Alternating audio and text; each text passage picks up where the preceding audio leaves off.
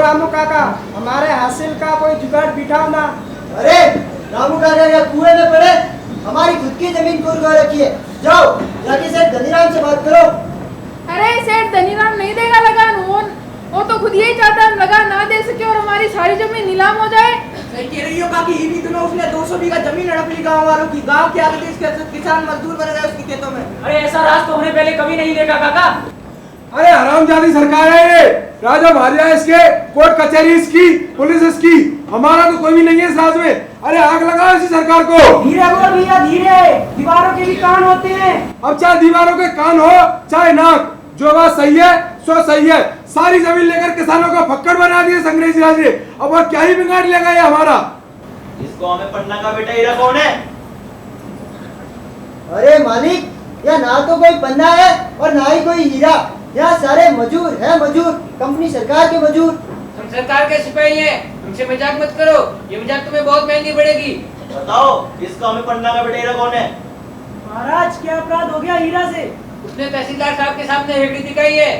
वो क्या हेकड़ी दिखाएगा महाराज? तहसीलदार साहब ने तो खुद उसकी जमीन कुर्क कर ली और सेठ धनीराम को दे दी। हमें इससे मतलब नहीं है, हमको पन्ना का बेटा हीरा चाहिए। मेरे बाप पन्ना को तो तुम्हारी सरकार ने जेल में डालकर मार दिया, सिर्फ इसलिए कि अकाल पड़ने के कारण समय पर लगान नहीं दे सका। जेल में कोड़े बरसा कर मार दिया तुमने मेरे बाप को, तुम्हारी कंपनी सरकार ने। तो ये हमारी सरकार है, तुम्हारी नहीं। नहीं है हमारी सरकार, हरगिज नहीं और ना ही कभी होगी। जो सरकार किसानों से जमीन छीन कर उन्हें मजदूर बना दे, वो सरकार हमारी कैसे हो सकती है? जो सरकार इंग्लैंड के माल को हिंदुस्तानी बाजारों में भर दे और यहाँ के दस्तकारों को बेरोजगार बना दे, वो सरकार हमारी कैसे हो सकती है? जो सरकार गरीब जनता पर बोझ ढोने वाले राजा महाराजा साथ दे, वो सरकार हमारी कैसे हो सकती है? जो सरकार हमारे लगन से बंदूकें खरीदे, हमारे लगन से फौजियों को नौकरी दे और उन्हीं के हाथों हमारा खून बहाए, बताओ वह सरकार हमारी कैसे हो सकती है? तो आज बंद कर, अच्छा ना हमारे साथ थाने। अब तेरे भी जेल में चक्की पीसने के दिन आ गए। अब तू भी तेरे बाप की मौत मर जाए इसी जेल में। चल। मेरे बाप की मौत किया मैं तेरा खून पी जाऊंगा साला। कंपनी सरकार के खुल के निकल जा यहाँ से, निकल जा, निकल जा। तूने कंपनी सरकार की सिपाही की जान लेने की कोशिश करी है और तुम सभी गाँव वासी हो इसके लिए जिम्मेदार हो। अब कंपनी सरकार की फौज आएगी और तुम सभी को ना पेड़ पर लटकवा दिया, तुम भी कंपनी सरकार की सिपाही नहीं। चलो। अरे हीरा, ये क्या किया तूने? सुनो सुनो सुनो सुनो सुनो सुनो, मुनादी सुनो, कंपनी सरकार की मुनादी सुनो। मुनादी है कि कल का सूरज लंदन से ही उगेगा और कहीं से नहीं। और अगर इस सूरज ने कहीं और से उगने की कोशिश की तो उसे नाज़रों के अपराध में मौत के घाट उतार दिया जाएगा। सुनो सुनो सुनो, मुनादी सुनो, कंपनी सरकार की मुनादी सुनो। मुनादी है कि अब से इस धरती की सारी हवाएं केवल लंदन से ही बहेगी और कहीं से नहीं। और इस धरती की सारी घड़ियों का टाइम केवल लंदन से ही तय होगा और कहीं से नहीं। सुनो सुनो सुनो, मुनादी सुनो, कंपनी सरकार की मुनादी सुनो। मुनादी है कि इस धरती का एक ही केंद्र है और वो है ग्रीनविच। और इस धरती का एक ही रंग है, घोड़ा रंग। इस धरती का एक ही धर्म है, ईसाई धर्म। और इस धरती की एक ही भाषा है, अंग्रेजी भाषा। और इस धरती का एक ही ताज है, महारानी विक्टोरिया का ताज। सुनो सुनो सुनो, मुनादी सुनो, कंपनी सरकार की मुनादी सुनो। मुनादी है कि इस धरती पर एक ही राज है, अंग्रेजी राज। इस धरती पर एक ही राज है, अंग्रेजी राज। इस धरती पर एक ही राज है, अंग्रेजी राज। इस धरती पर एक ही राज है, अंग्रेजी राज। अरे लगता है अब हमें ये गांव छोड़ना ही पड़ेगा। और हम इस गांव में रह भी गए तो क्या ही कर लेंगे, भूखे मरेंगे। और भूखे मरने से अच्छा है कि हम इस जालिम सरकार से लड़कर मरे। अरे अब ये हमारे बीवी बच्चों को मार डालेंगे। अब ये हमारे बीवी बच्चों को मारे चाहे हमें मारे, लेकिन अब हमें यहीं रहना होगा और एकजुट होकर रहना होगा। हम एकजुट ही तो नहीं है, अगर एकजुट होते तो सैकड़ों सालों से गुलाम नहीं होते अंग्रेजी सरकार के। अब मेरा जो होगा सो होगा, मैं इसकी परवाह भी नहीं करता। लेकिन मैं आप सबको इतना बता दूं कि कंपनी सरकार तुम पर जुल्म ढाना नहीं छोड़ेगी। तुम इससे जितना दबोगे ये तुम्हें उतना ही कुचलेगी। हमारे देखते ही देखते इसने लगान चांद पूरा कर दिया है। और एक जिले से दूसरे जिले तक जाने पर भी कर लगा दिया इसने। अरे इस सरकारी कचहरियां न्याय करने के दफ्तर नहीं है, बेचारे गरीबों की जमीनें हड़पने और उनको जेल में डालने के अड्डे हैं अड्डे। ये गोरों की सरकार है, गोरों की। ऐसे बेरहम लोग हमने तो कभी देखे नहीं है। इसलिए तो मैं आप सबसे कहता हूँ, मैं तो अपने बाप की मौत मर जाऊंगा, लेकिन आप सबको इस गांव में जिंदा रहना है तो एक साथ लड़ना होगा, एक साथ।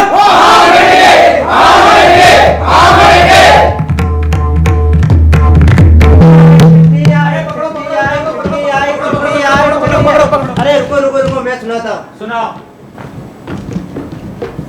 अरे कितना लंबा लव लेटर लिखा है हमारी भाभी ने। अरे मंगल पांडे, लव लेटर के बूते पर तो करना है, फिर तुझे शादी के 4 महीने।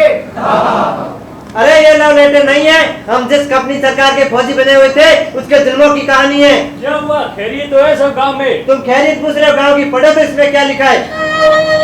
बड़े भैया चंद स्पर्श, हम सब घर वाले आपकी कुशलता चाहते हैं। कम से कम आप तो ठीक से रहे फौज में, जो अपने गांव का जैसे राम ही रूठ गया है।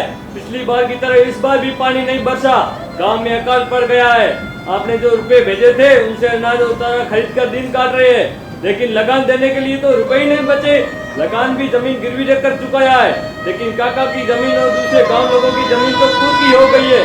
एक दिन हीरा भैया का पुलिस वालों से किसी बात पर झगड़ा हो गया, तो आप जैसे सैकड़ों फौजी आए और पूरे गांव पर ही धावा बोल दिया। सबके कोड़े लगाए और बेरहमी से पीटा। गांव के कुछ लोगों ने विरोध किया तो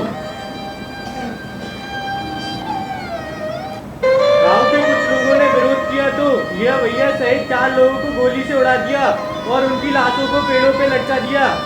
इसीलिए तो मैं कहता हूँ कि हम गलत बन गए फौजी इस कंपनी राज में। हम अपने ही भाइयों के दुश्मन बन गए इस फौज में। ये कंपनी राज हमें रोज बर्बाद कर रहा है और एक न एक दिन ये हमें कंगाल कर छोड़ देंगे। अरे मंगल पांडे, आगे भी तो पढ़ने दो। काफी लोग तो डर के मारे गांव छोड़कर इधर उधर रिश्तेदारों के यहाँ चले गए हैं। कई गुबारियां सुनसान हो गई हैं। ये लोग हमें पैसों से ही कंगाल नहीं बना रहे, हमारा धर्म छुड़वाकर हमें ईसाई बनाना चाह रहे हैं। पास के रामपुर गांव में कोई नया स्कूल खुला है, जिसमें बच्चों को बहकाया जा रहा है कि हिंदू और मुसलमान ही बने रहोगे तो जिंदगी में एक पर एक आफत ही आती जाएगी, और अगर ईसाई बन गए तो तुम सब पूरी तरह सुखी हो जाओगे। यहाँ भी तो एनफील्ड राइफल दी जा रही है, जिसमें गाय और सूअर की चर्बी भरी है, और हमारा धर्म भी भ्रष्ट करने के लिए, उसे मुंह से खोलने के लिए मजबूर किया जा रहा है। यहाँ भी तो हमें अपने धर्म की लड़ाई लड़नी चाहिए। क्या ऐसी लड़ाई जैसे मेरे गांव के लोगों ने लड़ी थी? इन लोगों ने पूरा गांव बर्बाद कर दिया उस लड़ाई में और 4 लोगों को गोली से उड़ा दिया। हाँ, ऐसी ही लड़ाई लड़नी होगी। अगर हम फौजी होकर अपनी लड़ाई नहीं लड़ेंगे तो हमारे ही गांव के निहत्थे लोग हमारे ही हाथों गोलियों से भून दिए जाते रहेंगे और पेड़ों से लटका दिए जाते रहेंगे। ये थोड़े से अंग्रेज लोग हमारे ही लोगों की चमड़ियां उड़वा रहे हैं। और ये कहानी एक ही गांव की नहीं है। 1 महीने पहले मेरे गांव में 7 लोगों को गोली निकाली इन लोगों ने। लेकिन हम सैनिक हैं, अपने बच्चों का पेट पालने के लिए बड़ी मुश्किल से तो ये नौकरी पाई हमने। अगर हम विद्रोह कर देंगे तो हमारी ये नौकरी तो जाएगी, उल्टे हमें जेल और भोगनी पड़ेगी। ना भैया, मैं इस सरकार के खिलाफ विद्रोह नहीं कर सकता। अगर हम दूर का सोचे तो हम सब सैनिक हैं और लड़ना हमारा धर्म है, लेकिन सवाल यह है कि हम इन तुच्छ अंग्रेज लोगों के लड़े या अपने देश को गुलामी से बचाने के लिए। मंगल पांडे ठीक कहता है, यह कंपनी राज एक न दिन हमारा भी खून लेकर रहेगा। हम अच्छी तरह से हमारे लिए षड्यंत्र को ये राज हमको हमारे लोगों से बढ़ा रहा है। अगर ऐसा ही चलता रहा तो कभी हम मरेंगे, कभी हमारे गांव वाले मरेंगे और कभी फौजी मारे जाएंगे। आखिर हम फौजियों को एक न एक दिन मरना ही होगा, लेकिन सवाल ये है कि हम विदेशी कंपनी राज को बचाने में मरे या अपने देश को बचाने में। तो आप सब में से कितने जवान हैं जो कल के कल मेरे साथ एनफील्ड राइफल चलाने से मना कर देंगे?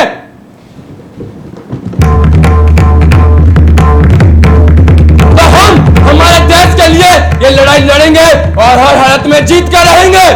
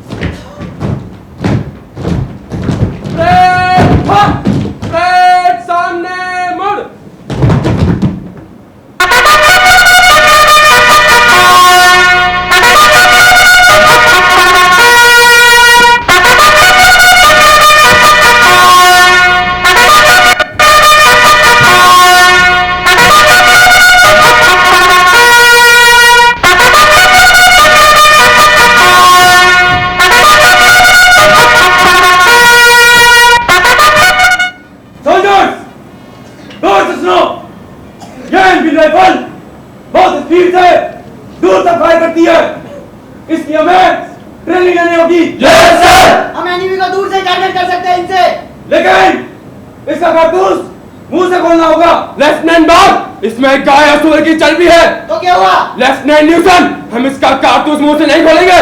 तो क्या पाँव से खोलेगा? इडियट। हम हिंदू गाय को पवित्र मानते हैं और मुसलमान सूअर को अपवित्र मानते हैं, इसलिए हम इसकी चर्बी मुंह में नहीं ले सकते।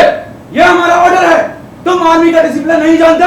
सुअर की औलाद तो तुम और तुम्हारा बाप, तुम हमें डिसिप्लिन सिखाओगे? इस सारी दुनिया में भेड़ियों की तरह हम लोगों का खून पी रहे हो तुम अंग्रेज लोग, और तुम हमें डिसिप्लिन सिखाओगे?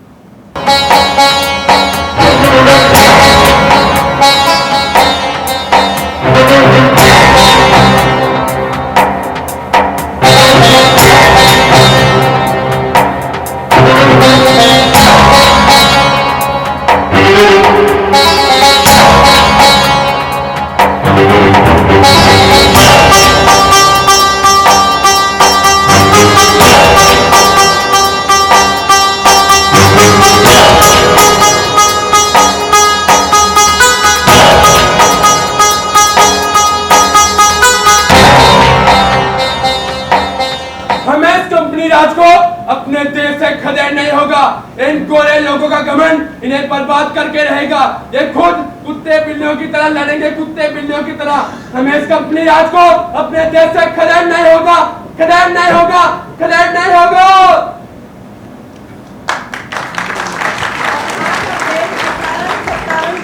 अपने ही देश में अपने ही लोगों की आजादी और धर्म की रक्षा के लिए लड़ते हुए कंपनी सरकार के अफसरों ने मंगल पांडे को फांसी के फंदे पर लटका दिया। किंतु पश्चिम बंगाल के बैरकपुर में हिंदुस्तान की धरती पर 8 अप्रैल को होगा वह सूरज मंगल पांडे की शहादत का संदेश लेकर हर एक सैनिक छावनी में आग भर गया। 9 मई 1857 को मेरठ छावनी में चर्बी वाले कारतूस लेने से मना करने पर 85 सैनिकों को सेवा से बर्खास्त कर दिया गया और उन्हें जंजीरों से जकड़ लिया गया। और फिर शुरू हुआ मेरठ छावनी में सैनिकों का विद्रोह।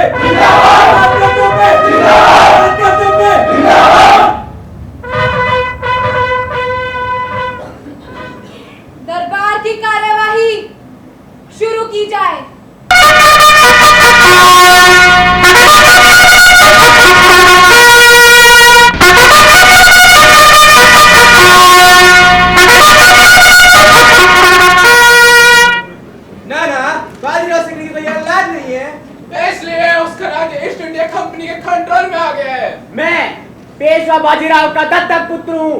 दत्तक होने के सारे कागजात और रस्मों रिवाजों के सारे सबूत मेरे पास है।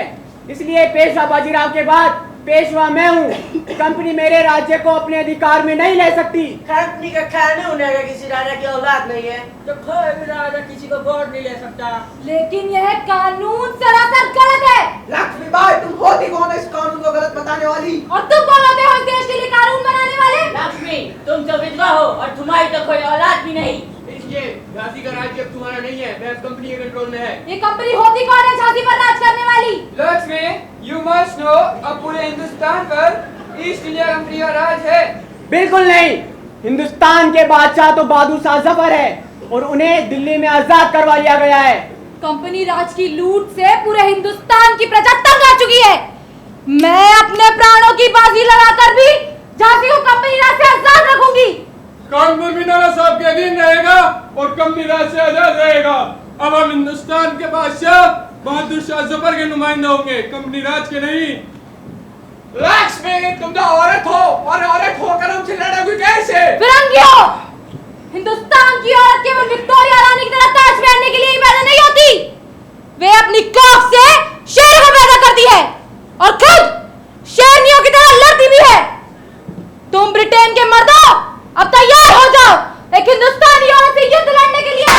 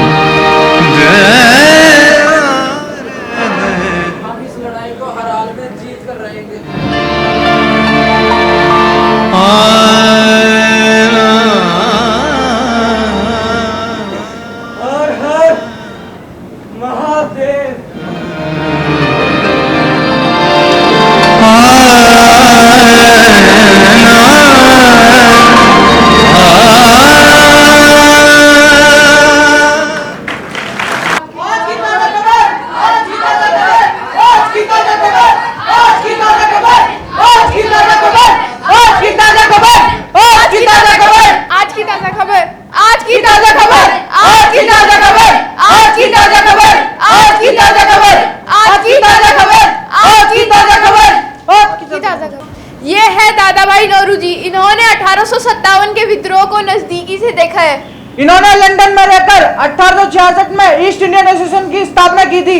इन्होंने एक पुस्तक लिखी है, poverty and un-British rule in India, अर्थात गरीबी और भारत में अंग्रेजों का गलत शासन, जिसमें इन्होंने तथ्यों के साथ यह साबित किया कि भारत आज इसलिए गरीब है कि अंग्रेज भारतीयों का शोषण करते हैं और वे उस शोषण के धन को भारत से ब्रिटेन ले जाते हैं। दादा भाई नौरोजी को भारत का पितामह, the grand old man of India भी कहते हैं। ये भारतीय राष्ट्रीय कांग्रेस के 3 बार अध्यक्ष भी चुने जाएंगे। हाँ, ये भारतीय राष्ट्रीय कांग्रेस के 3 बार अध्यक्ष भी चुने जाएंगे।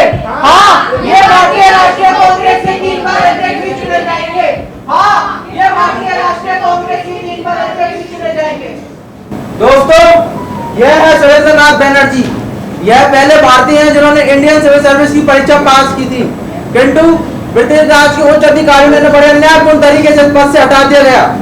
इन्होंने 1876 में अन्य राष्ट्रवादियों के साथ कलकत्ता में इंडियन एसोसिएशन संस्था की स्थापना की। ये है गोपाल कृष्ण गोखले। इनकी रगों में स्वतंत्रता का खून बहता है और आगे चलकर यही कांग्रेस के नरम दल का नेतृत्व भी करेंगे। आप लोग रविंद्रनाथ टैगोर को तो जानते ही है। ये है उनके पिता देवेंद्रनाथ टैगोर। इन्होंने बंगाल में 1851 में ब्रिटिश इंडियन सोसाइटी बनाई ताकि समस्त भारतीय एकजुट होकर अपने राजनीतिक अधिकारों के लिए लड़े। ये है WC बनर्जी, कलकत्ता के लीडिंग बैरिस्टर और भारतीय राष्ट्रीय कांग्रेस के दिसंबर 1885 के प्रथम अधिवेशन के अध्यक्ष। और अब इन सब का परिचय लेने के बाद कांग्रेस के इस जन्म के समय मालूम है आप अब किनका इंतजार कर रहे हैं? जी हाँ, आप इंतजार कर रहे हैं ए.आर. ह्यूम का, भारतीय इतिहास के एक अच्छे खासे विवादास्पद व्यक्ति का। क्योंकि इनकी चमड़ी गोरी है, ये इंग्लैंड में पैदा हुए हैं, इसलिए भारतीय इतिहासकार ने इन पर शक किया।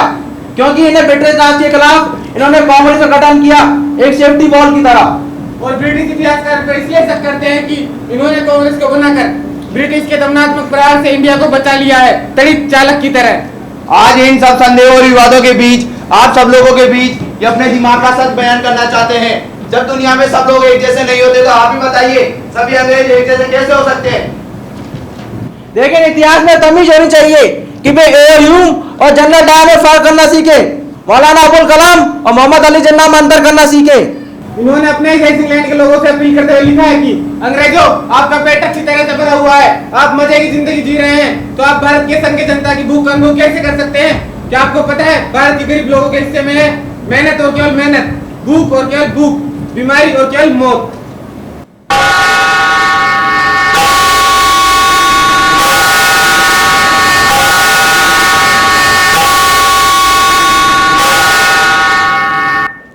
जाहिर है भारत की गरीब जनता के प्रति कोई गहरा दर्द मेरे भीतर सुलगता रहा है और यह कांग्रेस ऑर्गेनाइजेशन भारतीय जनता के प्रति मेरे उसीयत की संतान है।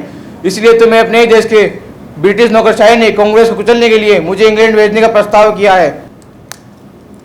बहरहाल मेरी बिटिया, मैं इस कांग्रेस को तुम इंडियंस के हवाले सौंपता हूँ और देखता हूँ तुम इसे कहाँ से कहाँ ले जाते हो।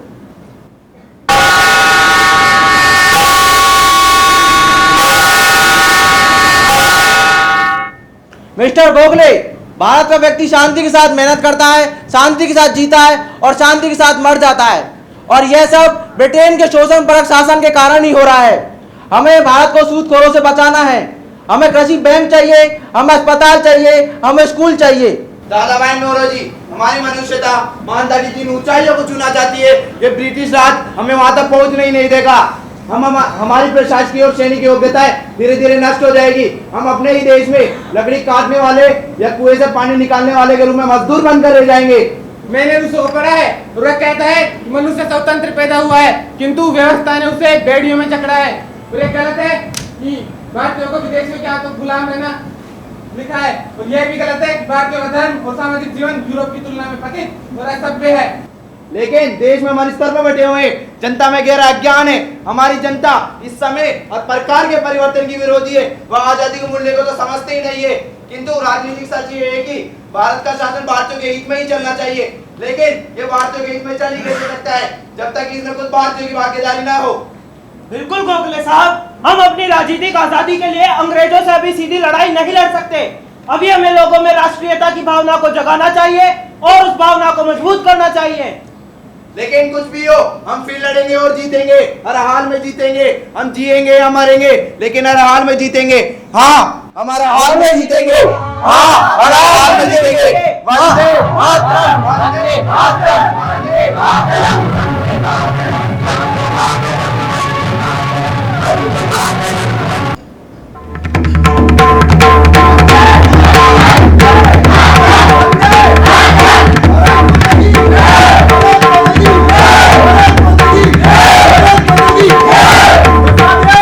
आप सभी का स्वागत है। वंदे मातरम, वंदे मातरम, भारत माता की जय, भारत माता की जय। तो साथियों, इन पिछले कांग्रेसों की तरह ब्रिटिश राज के खिलाफ बाबा शिकायत करते आए थे, कुछ नहीं होने वाला। हम सभी क्रांतिकारियों को मिलकर जनता में अंग्रेजों के खिलाफ 90 लड़ाई चाहिए। तो क्या कहते हैं साथियों? हम भारतीय भूखे मर रहे हैं अंग्रेजों के शोषण के कारण। हमें भूख से मरने की बजाय अपने देश के लिए आजादी लड़ना चाहिए और वक्त आने पर खुद को कुर्बान कर देना चाहिए। क्या कहते हो साथियों? मैं कहती हूँ कि कांग्रेसियों के इन कूड़े विचारों से कुछ नहीं होगा। हम नौजवानों की छोटी छोटी टुकड़ियां बनाए, उन्हें हथियार चलाना सिखा रहे हैं कि कांग्रेस को चुन चुन कर मारे। क्या कहते हो साथियों? हम छापा मारे या डाका डालें, लेकिन इतना मन इकट्ठा करें कि उस स्थान से हथियार खरीद कर हम अंग्रेजों में इतनी दहशत पैदा करते कि वे भयभीत होकर हमारा देश छोड़कर भागने के लिए मजबूर हो जाएं। क्या कहते हो साथियों? इन अंग्रेजों को कांग्रेसियों की तरफ बोलते रहने से कुछ नहीं होगा। इनकी जी हजूरी करने से कुछ नहीं होगा। इनकी याचना करने से भी कुछ नहीं होगा। ये अंग्रेज हम पर पशु बल से शासन करते हुए आ रहे हैं, तो केवल और केवल हम इनसे पशु बल से छुटकारा पा सकते हैं। तो क्या कहते हो साथियों? अरे इस देश में अंग्रेज कुल 1.5 लाख ही तो है, और हर जिले में तो अंग्रेज है ही कितने से। अगर हम इनको चुन चुन कर मारे तो एक ही दिन में पूरे ब्रिटिश राज को ढा सकते हैं। क्या कहते हो साथियों? हमारी गुलामी की समस्या का समाधान केवल और केवल जनता के शक्तिशाली बाजुओं में है। ब्रिटिश राज के जुल्म को खत्म करने के लिए भारत के 30 करोड़ लोगों को अपने 60 करोड़ हाथ को उठाना ही होगा। ताकत का मुकाबला ताकत से करना होगा, गोली करने वाला गोली से और बम करने वाला बम से।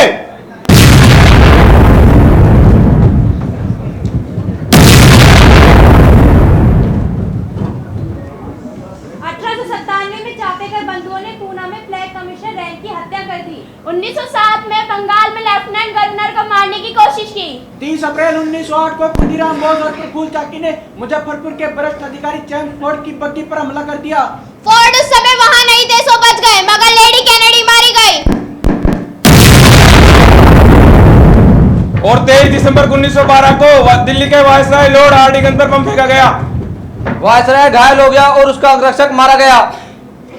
बम फेंकने वालों में अमीर चंद्र थे और बसंत कुमार विश्वास के साथ साथ राजस्थान के शाहपुरा के प्रताप सिंह बाराहट भी शामिल थे। वंदे मातरम, वंदे मातरम,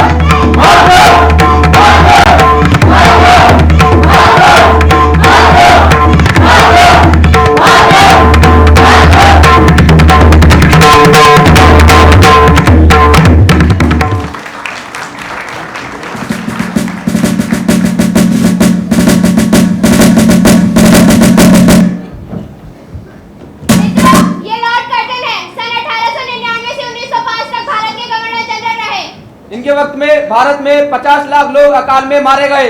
1904 के समाचार पत्रों के मुंह पर ऑफिशियल सीक्रेट्स एक्ट की पट्टी बांध दी गई और इसी शासनकाल में 1905 में षड्यंत्र पूर्व बंगाल के टुकड़े कर दिए गए। पहले आप लॉर्ड कर्जन और उसके माध्यम से अंग्रेज जाति के उस घमंड को समझने की कोशिश कीजिए जिससे वे 150 वर्ष तक प्रशासन को पीड़ित रहे। खबरदार यू पुअर पीपल्स, हम अंग्रेज यहाँ रहने लायक है, तुम इंडियंस नहीं। गॉड ने केवल हम अंग्रेजों को यहाँ शासन करने के लिए चुना है, और तुम इंडियंस इसे कान खोल कर सुन लो कि इंडिया को फ्रीडम देना गॉड की इच्छा के अगेंस्ट है।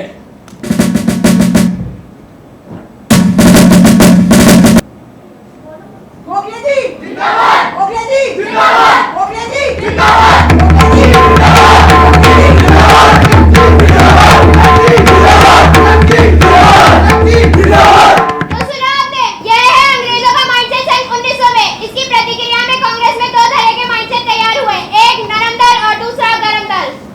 नरम दल के नेता है गोपाल कृष्ण गोखले, जो ब्रिटिश राज का विरोध करने का कोई खतरा नहीं उठाना चाहते हैं।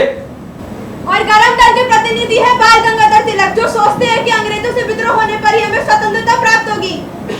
यह 1907 का कांग्रेस का सूरत अधिवेशन है जो ब्रिटिश राज को 2 दलों के बीच विभाजित कर देता है। नरम दल के नेता गोपाल कृष्ण गोखले इस समय कांग्रेस अधिवेशन में भाषण दे रहे हैं। आप सभी का स्वागत है साथियों। तिलक साहब, हमें भारत में ब्रिटिश राज के साथ सहयोग करना चाहिए, क्योंकि एक तो ब्रिटिश सरकार ने हिंदुस्तान में अच्छा काम किया है, दूसरी बात यह है कि ब्रिटिश शासन का भी कोई विकल्प भी नहीं है और अभी बहुत समय तक ये हो भी नहीं सकता। क्यों साथियों? नहीं गोखले जी, हमारे शासन का विकल्प ब्रिटिश राज्य हरगिज नहीं होना चाहिए। हमारे शासन का विकल्प होना चाहिए हमारा अपना राज्य स्वराज। गोखले जी, हम इस देश में ब्रिटिश शासन को हरगिज स्वीकार नहीं कर सकते। ना ही कांग्रेस है हम इन जी हुजूरी करने वाले पिपलेपन को बर्दाश्त कर सकते हैं।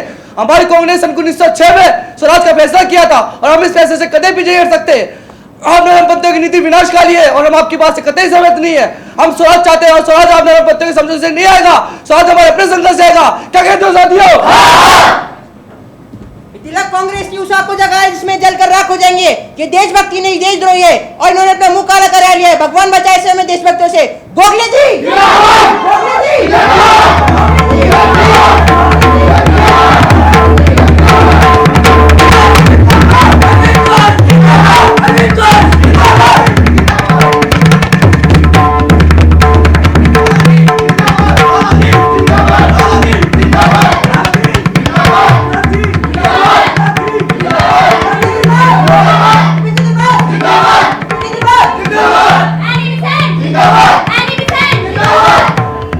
आप सभी का स्वागत है साथियों।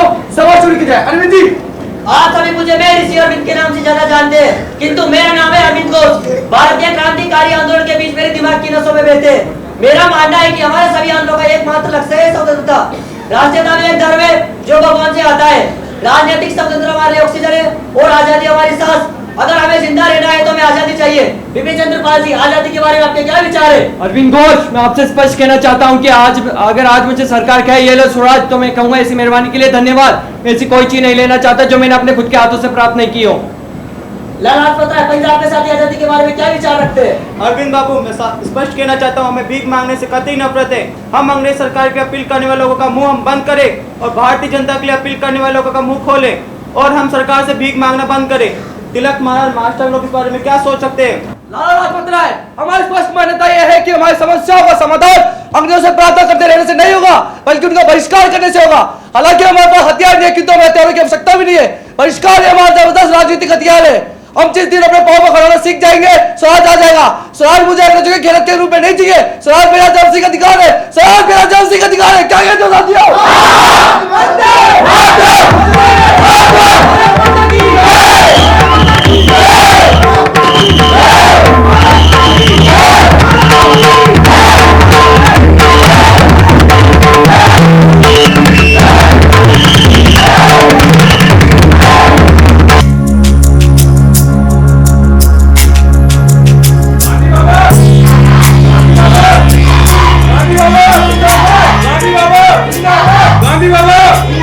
गांधी बाबा जिंदाबाद, गांधी बाबा जिंदाबाद, गांधी बाबा जिंदाबाद, गांधी बाबा जिंदाबाद, गांधी बाबा जिंदाबाद, गांधी बाबा जिंदाबाद, गांधी बाबा जिंदाबाद, गांधी बाबा जिंदाबाद, गांधी बाबा जिंदाबाद।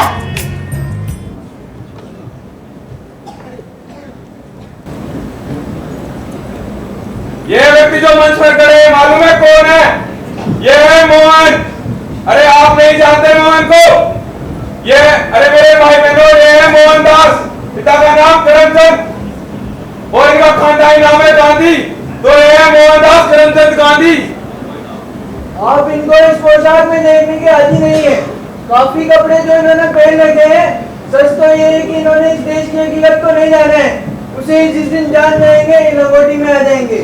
मित्रों, इनका परिचय बहुत आसान भी और बहुत मुश्किल भी। आसान इसलिए क्योंकि हमारे राष्ट्रपिता, इसलिए कौन नहीं जानता इनको, लेकिन मुश्किल इसलिए क्योंकि हमारी आत्मा की तरह दृश्य, जीवन के आदर्शों की तरह सूक्ष्म। इस देश के हजारों चौराहों पर लगी इनकी मूर्तियों को हम हर साल इनकी जन्मतिथि 2 अक्टूबर को लगभग मालाएं पहनाते हैं, लेकिन ऐसी मालाबाजी से भी हम इन्हें नहीं जान सकते। और हर साल इनकी पुण्यतिथि 30 जनवरी को हम राजघाट पर राष्ट्रपति और प्रधानमंत्री के साथ मिलकर वैष्णव जन तो तेने कहिए के भजन रखते हैं, परंतु हम इनसे भी इन्हें नहीं जान सकते। इन्हें हम सिर्फ अपने भीतर महसूस कर सकते हैं, बहुत गहरे हमारे अपने भीतर, एक इंसानी संवेदना की तरह और एक मानव मूल्य की तरह। ये दुनिया हमें तरह तरह से डराती है। इस डरावनी दुनिया में अगर बिना किसी के डरे हुए निर्भीक खड़े रहे तो हिमालय की तरह अडिग निश्चल हो तो हम गांधी जी को जान सकते हैं। अगर आप स्वार्थ को छोड़कर पराई पीर को जान सकते ही नहीं बल्कि उनकी पीड़ा को महसूस कर अपने प्राणों की बाजी लगाकर जुट भी सकते हैं तो आप गांधी जी को जान सकते हैं। हम अपनी आत्मा को टटोले ना कि अपने स्वार्थ को, और जाने की जिंदगी का कौन सा रास्ता सही और कौन सा रास्ता गलत है। हम अपनी अंतरात्मा की आवाज को सुनकर गलत रास्ते को छोड़कर सही रास्ते पे चल सकते हैं तो हम महात्मा को जान सकते हैं। अपने स्वार्थ को पूरा करने के लिए दूसरों को मारना पीड़ित करना एक पशुत्व है जो आप सबके भीतर है, एक दरिंदा पशु जो आप लोगों से हिंसा करवाता रहता है। आप उस हिंसात्मक व्यवहार को छोड़ सकते हैं। इतना ही नहीं बल्कि सत्य के रास्ते पर दूसरों के द्वारा किए गए हिंसापूर्ण दुर्व्यवहार को सहन कर भी निर्भीकता से हिंसक बने रह सकते हैं तो आप गांधी को जान सकते हैं। आपकी जिंदगी में जब कभी फैसले लेने का अवसर आए और वह फैसला आप अपने स्वार्थ में नहीं ले या किसी प्रभावशाली व्यक्ति के दबाव में आकर के नहीं ले बल्कि किसी गरीब असहाय आदमी के हक में ही ले तो आप महात्मा को जान सकते हैं। ये मोहनदास करमचंद गांधी अपनी अंतरात्मा के सत्य और अहिंसा का पहला परिचय बिहार के चंपारण किसान आंदोलन में देने जा रहे हैं। गांधी बाबा जिंदाबाद, गांधी बाबा जिंदाबाद, गांधी बाबा जिंदाबाद, गांधी बाबा जिंदाबाद, गांधी बाबा जिंदाबाद,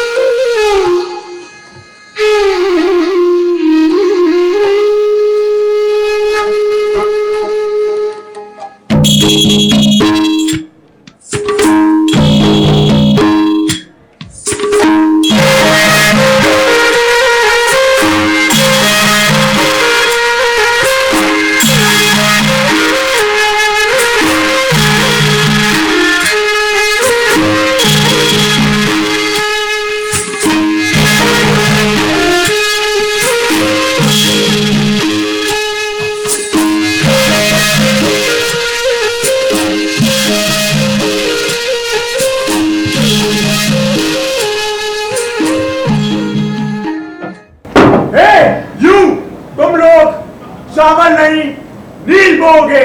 नहीं, हम नील नहीं, हम चावल बोएंगे। नील से पेट नहीं भरता भाई बाप, तो हम तुम्हारा पेट इन डंडों से भरेंगे। मारोगे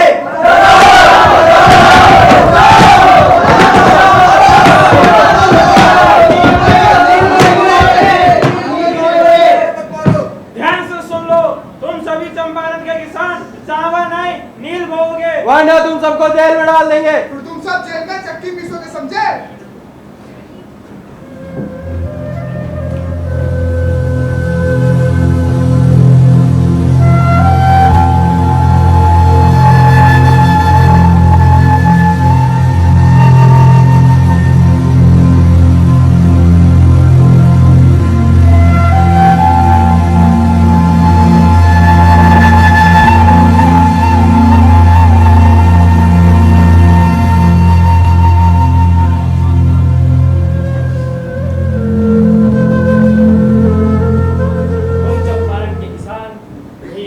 नहीं बोओगे, हरगिज नहीं बोओगे, चावल ही बोओगे। नहीं, हम चावल नहीं, हम नील बोएंगे। नहीं, तुम नील नहीं बोओगे। वो लोग हमें जेल में डाल देंगे। जेल में डाल देंगे। हाँ, चंपारण के सभी किसान जेल में रहेंगे, लेकिन नील नहीं बोएंगे। वो लोग हमारा घर जला देंगे। घर जला देंगे। आप लोग फिर छप्पर बांधोगे, लेकिन नील नहीं बोओगे। वो लोग हमारी जमीनें हड़प लेंगे। तुम डरो मत, तुम अपनी अंतरात्मा की आवाज सुनो। तो मुझे ये बताओ कि ये जमीनें है किसकी? इस पर क्या बोया जाए और क्या नहीं, इसका फैसला किसका होना चाहिए? अगर ये अंग्रेज खुद के ज्यादा मुनाफे के लिए आपको चावल की बजाय नील बोने के लिए मजबूर करते हैं, तो ये अंग्रेज गलत है या आप? ये अंग्रेज। तो आपको गलत चीज का साथ देना चाहिए या सही चीज का? सही चीज का। और ये नील नहीं बोलने का फैसला आप में से कुछ का है या चंपारण के सभी किसानों का? लेकिन ये लोग हमें डंडे से मारेंगे। और डंडे से मेरे बहुत दर्द होता है। हाँ, होता है डंडों से दर्द, लेकिन तुम अपने साथ हो रहे गुलामी के दर्द को समझो। तुम्हारे भूखे बच्चों के साथ हो रहे अन्याय के दर्द को समझो। उनके साथ हो रहे अन्याय के सामने तुम्हारे शरीर पर पड़ने वाला डंडों का दर्द तो कुछ भी नहीं है। तुम डंडे खाते समय यह महसूस करो कि तुम सच्ची बात की लड़ाई लड़ रहे हो, और इस लड़ाई में तुम्हें कोई भी नहीं हरा सकता, कोई भी नहीं। गांधी बाबा जिंदाबाद, गांधी बाबा जिंदाबाद।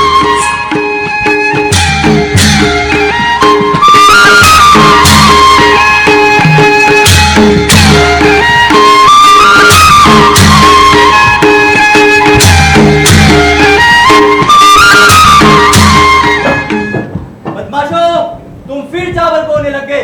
कान खोल कर सुन लो, तुम चावल नहीं नील बोगे। नहीं, हम नील नहीं, हम चावल बोएंगे। नहीं, तुम लोग नील बोगे। नहीं, हम चावल बोएंगे। गांधी बाबा जिंदाबाद, गांधी बाबा जिंदाबाद, गांधी बाबा जिंदाबाद।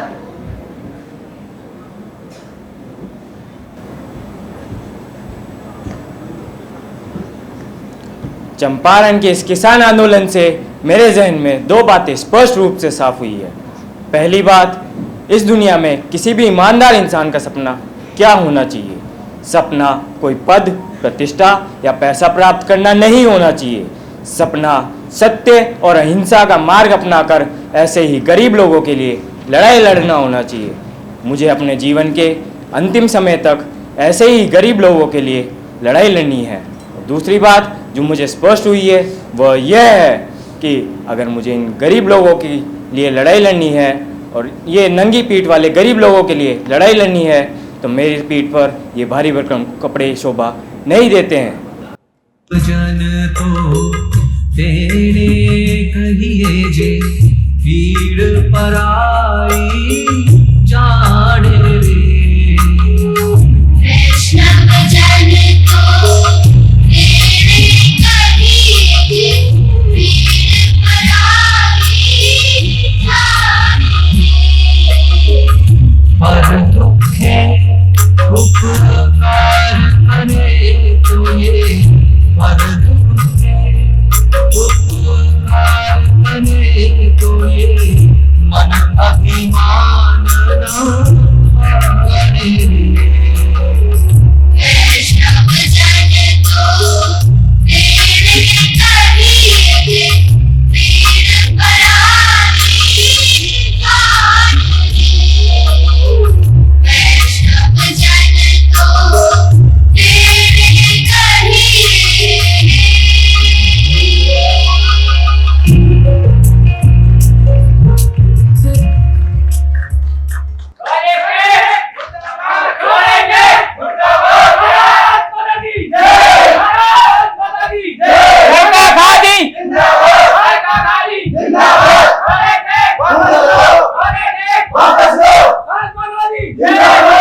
शांत हो जाइए, शांत हो जाइए, बैठ जाइए, आप सब। बैठ जाइए।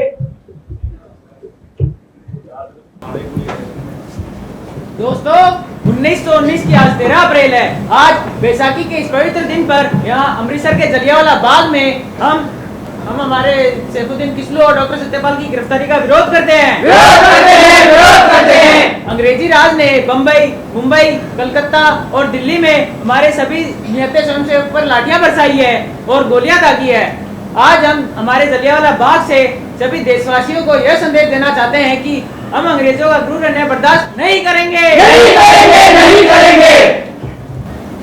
साथियों, दूसरे की धरती पर आकर लोगों को गुलाम बनाना अपराध है, और अपराध का विरोध करना हमारा सबसे बड़ा धर्म है। हम हिंदू, मुस्लिम, सिख, बौद्ध, हम सब एक हैं। हम सब भारतीय हैं, हम सब देशभक्त हैं। बेड़ियों में जकड़ी गई हमारी भारत माता को हम आजाद कराते ही दम लेंगे। हम हड़ताल करेंगे, सरकारी काम नहीं करेंगे, विदेशी लोग काम में नहीं लेंगे, लेकिन किसी प्रकार की हिंसा नहीं करेंगे। हम शांतिपूर्ण प्रदर्शन करेंगे, मौन रहेंगे, उपवास रखेंगे, लेकिन अंग्रेजी राज्य का अन्याय बर्दाश्त नहीं करेंगे। नहीं करेंगे।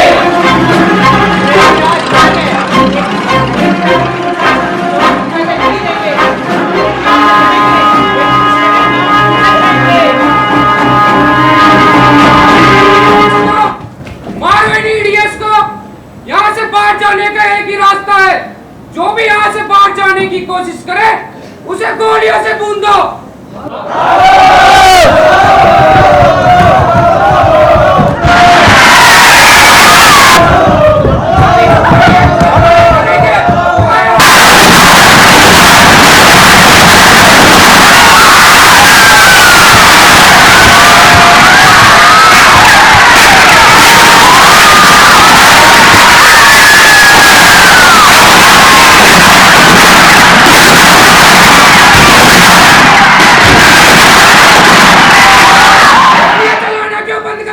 सर गोलियां खत्म हो गई है। ओ सेठ, काश हमारे पास और गोली होती।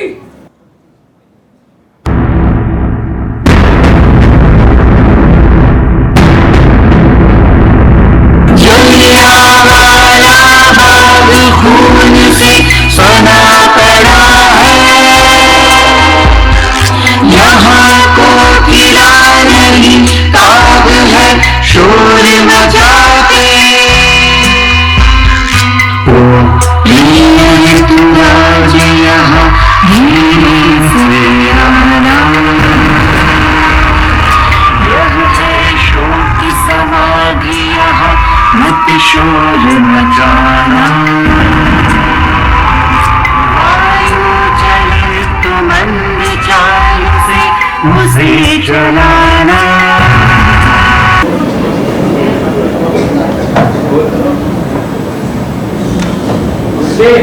जलियावाला बाग और इस पर ब्रिटिश पार्लियामेंट की अंडर कमीशन की लीपापोती अंग्रेजी राज का वह चेहरा है जिसमें इंसानियत भी लज्जित होती है।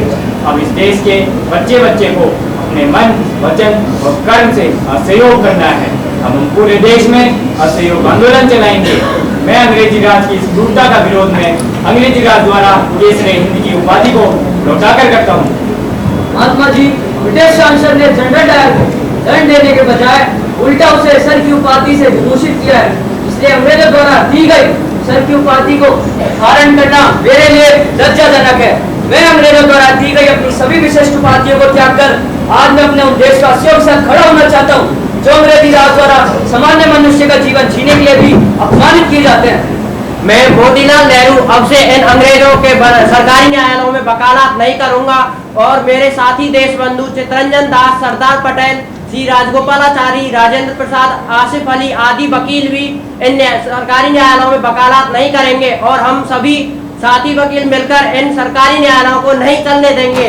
मैं जमनालाल बजाज, मैंने व्यापार से जो भी मुनाफा कमाया है उसमें से वकालत ना करने वाले देशभक्त वकीलों के लिए उनका घर चलाने के लिए सालाना 1 लाख रुपए भेंट करता हूँ। मैं ब्रिटिश सरकार में ऑफिसर हूँ।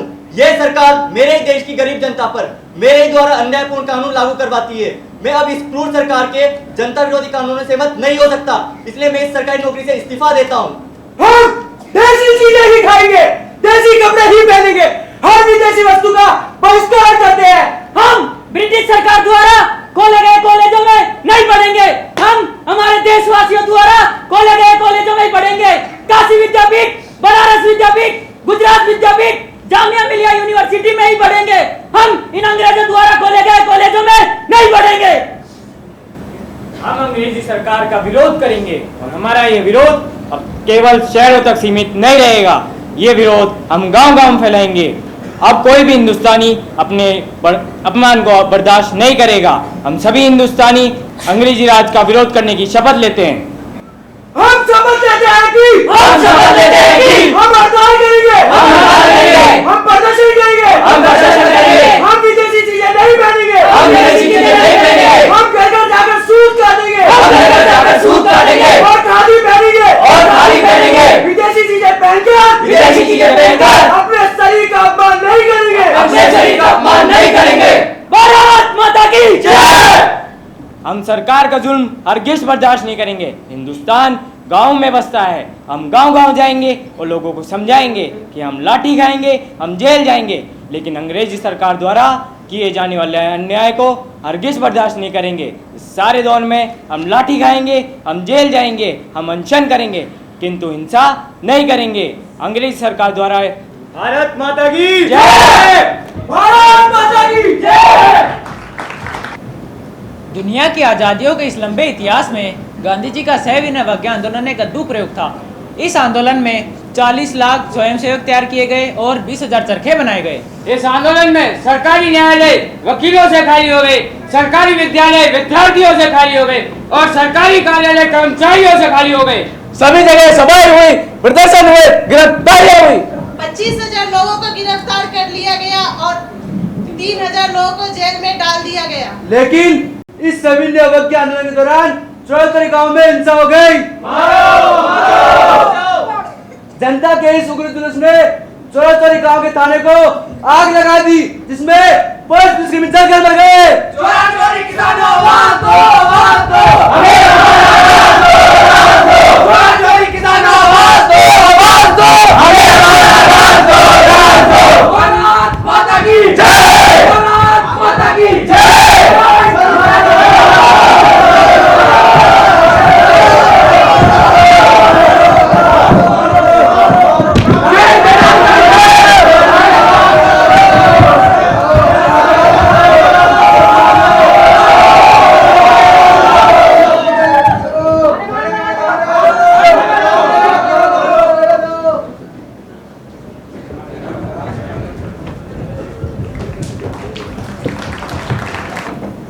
पूरा देश स्वराज चाहने के लिए तड़प रहा है।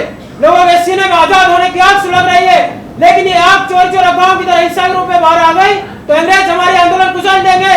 लेकिन सरकार हिंसा के हमारे ऊपर गोलियां बरसाती है, तो हम हिंसा कैसे रह सकते हैं? अन्यायपूर्ण सरकार जनता पर हिंसा की तो होती है। ब्रिटिश सरकार के इस अन्यायपूर्ण हिंसक चेहरे को मैंने साउथ अफ्रीका में भी देखा है और यहाँ तो वो ही रहे। ये अंग्रेज बहुत क्रूर है। हम बोल चुके हैं जलियांवाला बाग में जनरल डायर की बर्बरता। आज पूरी दुनिया में इन अंग्रेजों की हिंसा में कोई नहीं जीत सकता, लेकिन हम बहुत के लोग इन अंग्रेजों की हिंसा कैसे हो सकते हैं? लेकिन ब्रिटिश सरकार हिंसा करे तो हम किस रास्ते पर जाए? तो इन अंग्रेजों रास्ते पर नहीं जा सकते।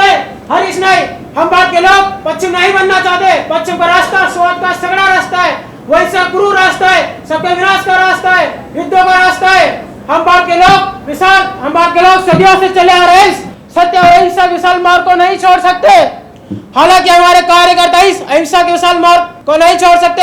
हालांकि हमारे कार्यकर्ता इस अहिंसा के पॉट को समझने में कच्चे हैं, इसलिए वे अंग्रेजी राज की हिंसा का जवाब हिंसा से ही देने लगते हैं। मैं अपनी मृत्यु को वर्ण कर सकता हूँ, किंतु मेरे द्वारा चलाया गया कोई भी आंदोलन हिंसात्मक नहीं हो सकता। मैं चोर चोरा गाँव में की गई हिंसा के बाद इस आंदोलन को वापस लेता हूँ।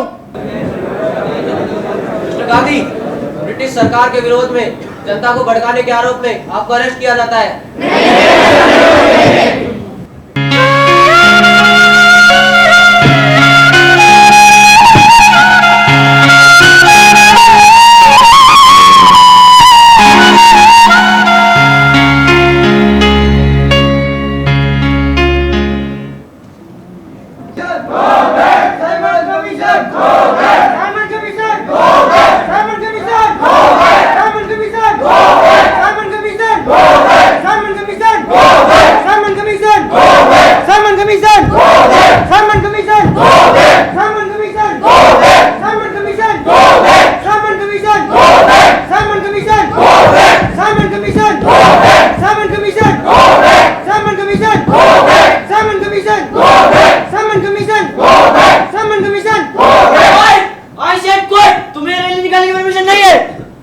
तुम कौन होते हो हमें रोकने वाले? यह हमारे देश है, हमें किसी और की परमिशन की जरूरत नहीं।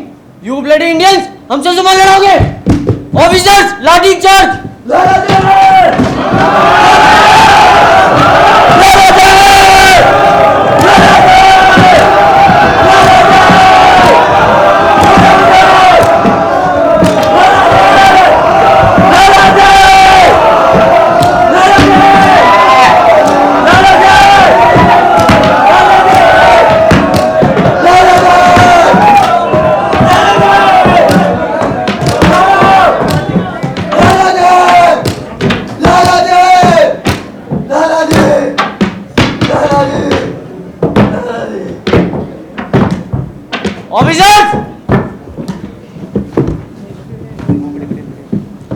ऑफिसर्स,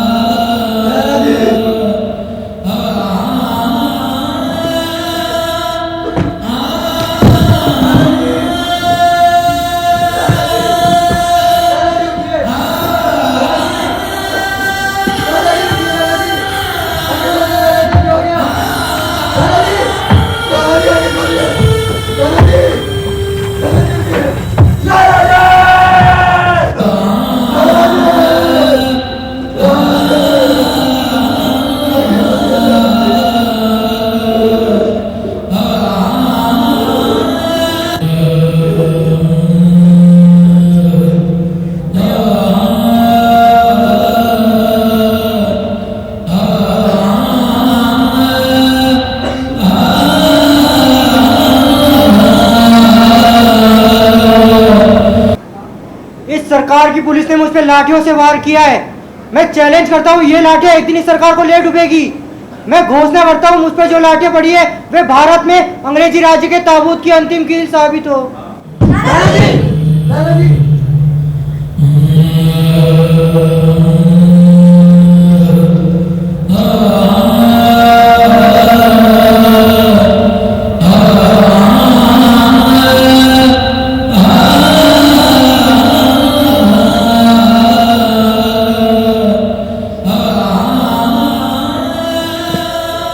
लाला जी, आप पर पड़ी लाठियों का बदला हम जरूर लेंगे।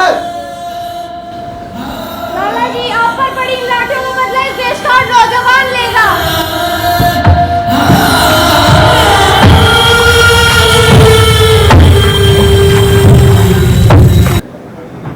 चंद्रशेखर, लाला लाजपत राय के खून का बचा हम इन अंग्रेजों के खून से लिखे। इस सांडर ने लाला जी की जान ली है। इन अंग्रेजों को यह समझाना भी जरूरी है, जान लेना हम भारतीयों को भी आता है। ये अंग्रेज बहुत क्रूर है, इन्हें दो तलवारों से नहीं केवल बंदूकों से टीका जा सकता है। यह सारी व्यवस्था है गुरु राजगुरु। हमें हमारे गरीब देशवासियों केवल अंग्रेज शासन से नहीं बल्कि राजाओं, पूंजीपतियों और जमींदारों के चंगुल से भी छुड़ाना होगा। राजा आजादी के बाद भी हमारे देशवासियों का खून पीते रहेंगे। लेकिन ये बात तय भगत सिंह कि गरीबों के शोषण का खात्मा होगा बंदूक की नोक से ही। ये अंग्रेज इतने क्रूर व घमंडी है, अपने अलावा किसी में जान नहीं समझते। अब तो इनको मारकर इनमें डर पैदा करना होगा।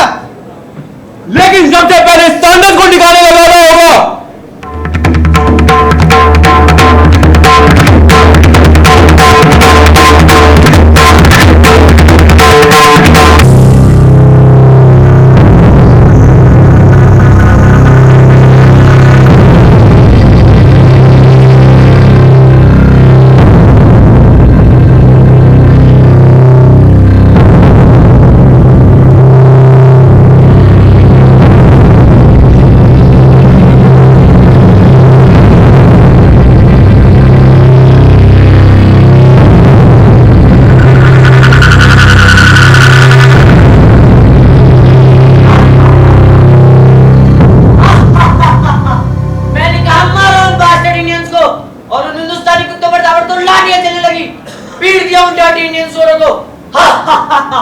साइमन कमीशन को वापस भेजने आए थे और खुद ही अपनी लाशें छोड़कर इस दुनिया से चले गए।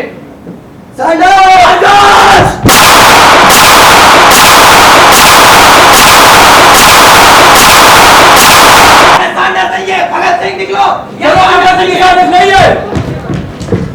भाई रुको, मैं नहीं चाहता मेरी वजह किसी भारतीय की जान जाए।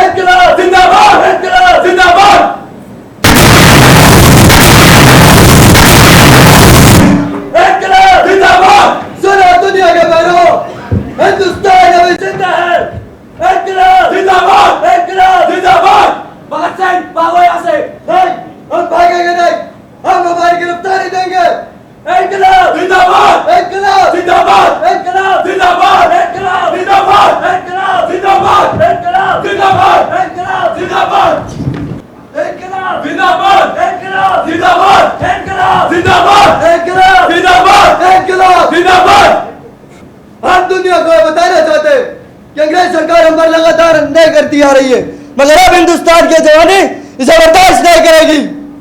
हमें मालूम है अंग्रेजों में फांसी पर लटकाएंगे, लेकिन हमारी फांसी इस देश को आजाद कराएगी। ये अंग्रेज सरकार चाहे मैं फांसी पर लटका दे, मगर अब इसकी कोई परवाह नहीं।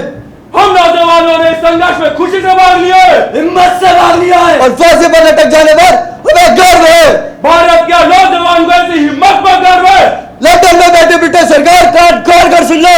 यदि उसने हमें फांसी पर लटकाया तो इस देश के नौजवान उससे बदला लेंगे और ब्रिटिश सरकार को भी एक दिन फांसी के फंदे पर लटका देंगे। इनकलाब! इनकलाब! इनकलाब!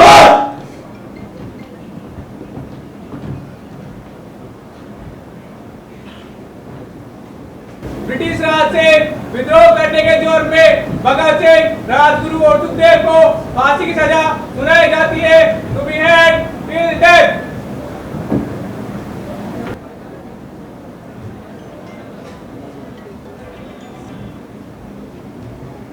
वो ताने दे, दिखा देंगे तुझे आसमां। हम अभी से क्या बताए क्या हमारे दिल में। शहीदों की चिताओं पर लगेंगे हर वर्ष मेले, वतन पर मरने वालों का बस यही एक निशा होगा। सरफरोशी की तमन्ना आज हमारे दिल में है, देखना है जोर कितना बाजुए का दिल में है। लिख रहा हूं अंजाम जिसका कल आगाज आएगा, मेरे लहू का एक एक कतरा इनका लाभ लाएगा। मैं रहूं या ना रहूं ये वादा है तुमसे मेरे बाद वतन पर मरने वालों का सैलाब आएगा। खून से खेलेंगे होली अगर वतन मुश्किल में है। सरफरोशी की तमन्ना आज हमारे दिल में है, देखना है जोर कितना बाजुए का दिल में है। मेरा रंग दे बसंती चोला, मेरा रंग दे बसंती चोला, मेरा रंग दे बसंती चोला, मेरा रंग दे बसंती चोला। हो आज रंग दे, हो माए रंग दे, मेरा रंग दे बसंती चोला, मेरा रंग दे बसंती चोला, मेरा रंग दे बसंती चोला, मेरा रंग दे बसंती चोला, माए रंग दे बसंती चोला।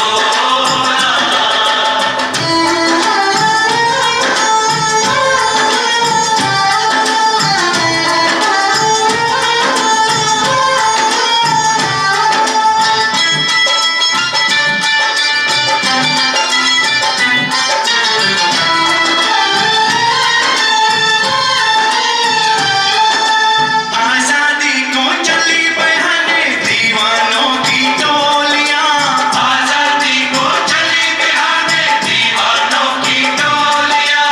खून से अपने लिख देंगे हम इनकलाब की बोलियां, हम वापस लौटेंगे लेकर आजादी का टोला। मेरा रंग दे